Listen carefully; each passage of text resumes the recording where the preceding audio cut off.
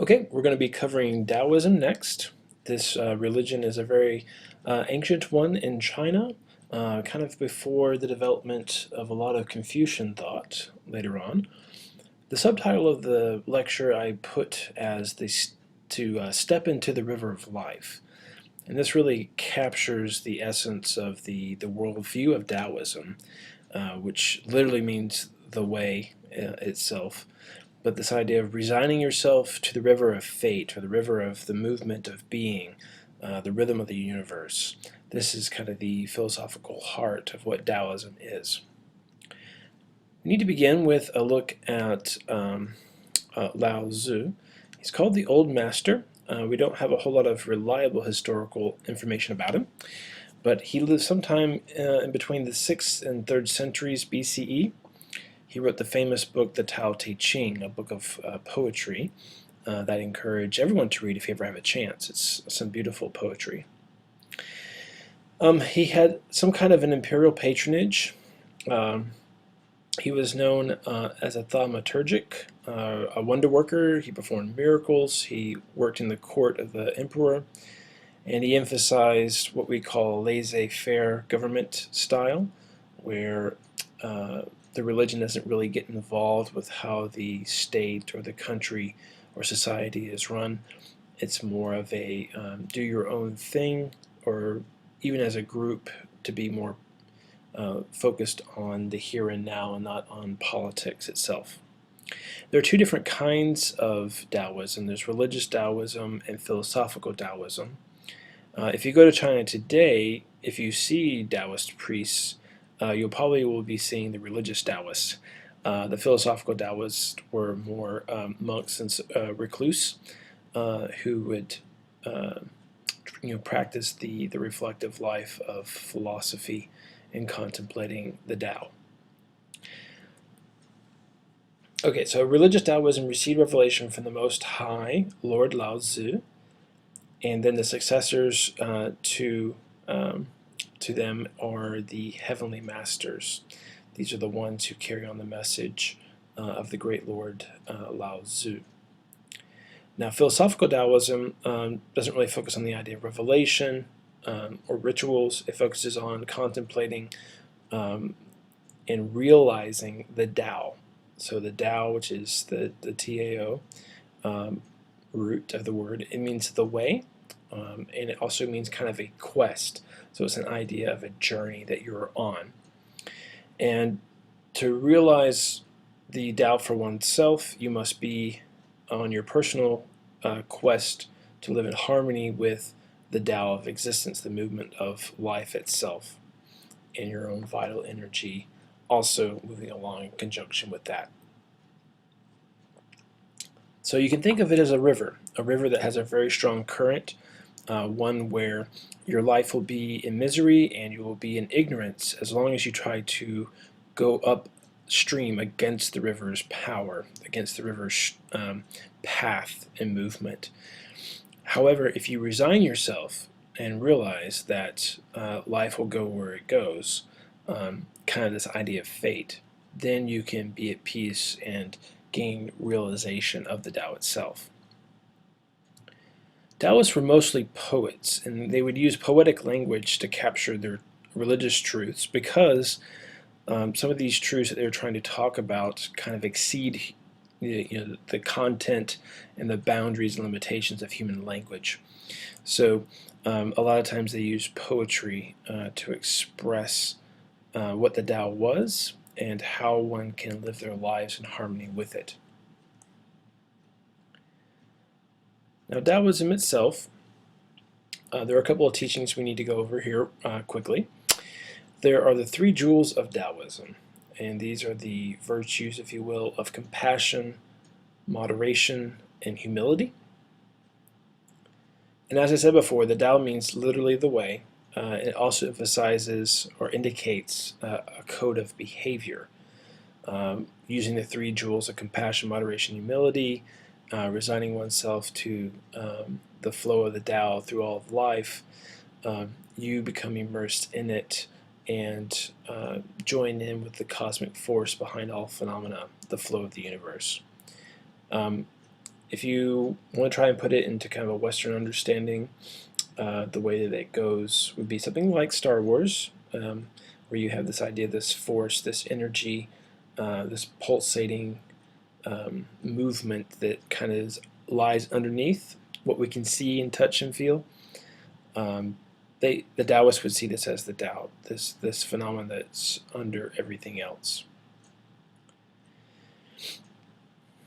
Now, under this, they also have what they call qi, and qi or qi is the essential energy or action of existence. Everything has an energy.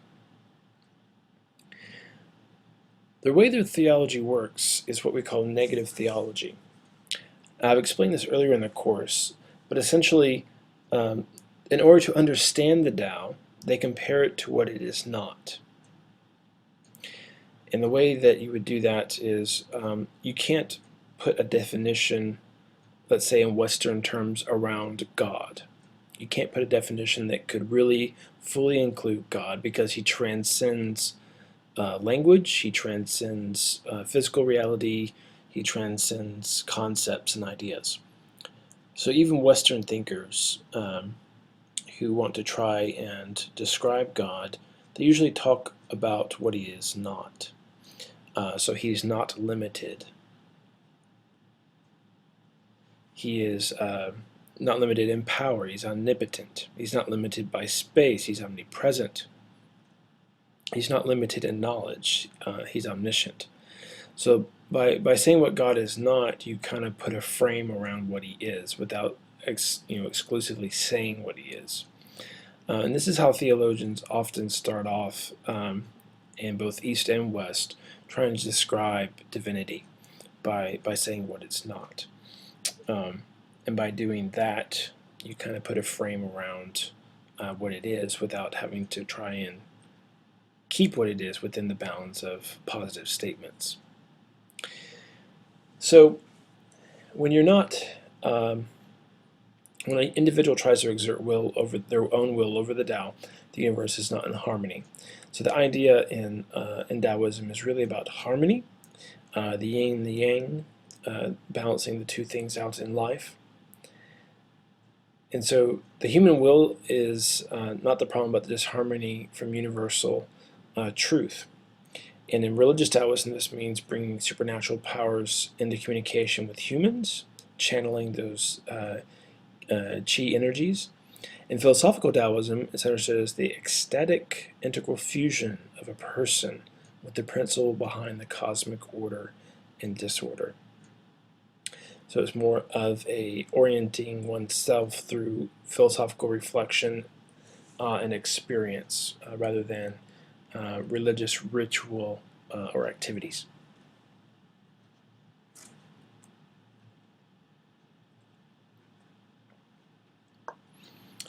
So, if you read the Tao Te Ching, it defines the Tao as imperceptible, indiscernible, formless, and nameless. You can see these are kind of negative terms. Nothing can be predicated about the Tao. That means you can't say something about it, essentially. So I couldn't say, in Western terms, I'm going to use Western terms to help you understand it better. I can't say God is love because he's more than love. Love, the category of love, can't be transcended in it. Can't be contained in God. So you have to use these negative words. He's undefinable, imperceptible, indiscernible, formless, all-powerful.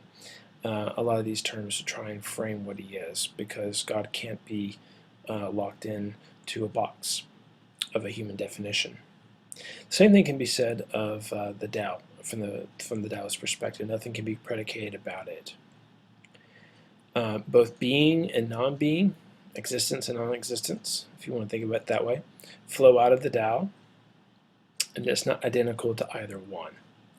So you have these these movements of opposites, and by analyzing and embracing opposites, and basically by accepting paradox, you transcend the limits of positive and negative statements about the Tao, and you can just be united with it in kind of a mystical type of way. And Taoism also emphasizes humankind as a microcosm for the whole universe. A lot of ancient religions did this, including Western ones like Christianity. So the body's tied to 5 organs or 5 elements, to 5 directions in the universe, into the different seasons. By relating the human body to different aspects of nature and the universe, it kind of bridges that connection between man and his outside world.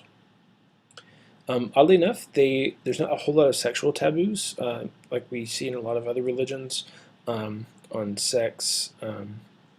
Just practicing the principle of moderation is important, but there aren't a lot of exclusive ethical categories for people, and that's just because of the way that they had this idea of paradox and negative theology in the tradition. So it's hard to say what is right or what is wrong. Instead, you have to experience what they are and are not in order to transcend the categories of ethics. It's a very mystical type of way to approach religious truth. They also can see sexual intercourse and orgasm as nourishing and balancing the natural energies that we have. So if we're over anxious for sexual relations, that can cause an imbalance in our chi. So to balance that out, we do is to have sex, so that kind of alleviates that uneven balance in one's life. They do have priests in Taoism. They perform a lot of the religious duties today, particularly around weddings.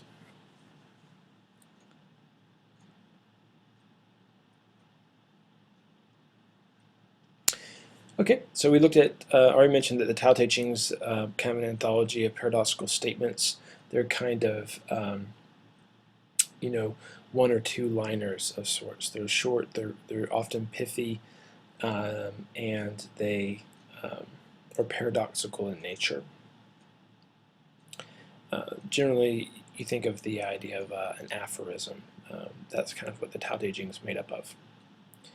So the 5 principles, Tao, relatively, good and evil are relative to time and place, non-action, which they call Wu Wei. And they also have this idea of action through inaction. So, and this is another paradox. So let's pretend you're in the river.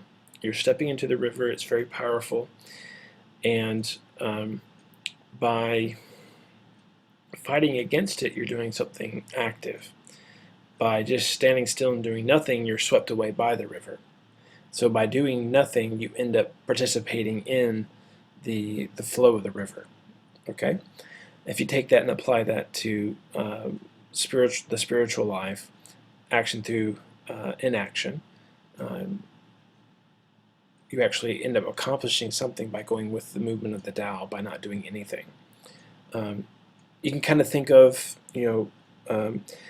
nonviolent protest, same type of thing. You're doing an action, you're making a statement, but you're not actually doing anything, you're just sitting there. You're walking down the street, maybe, in protest, you're not fighting back. So by not doing something, you're actually doing something.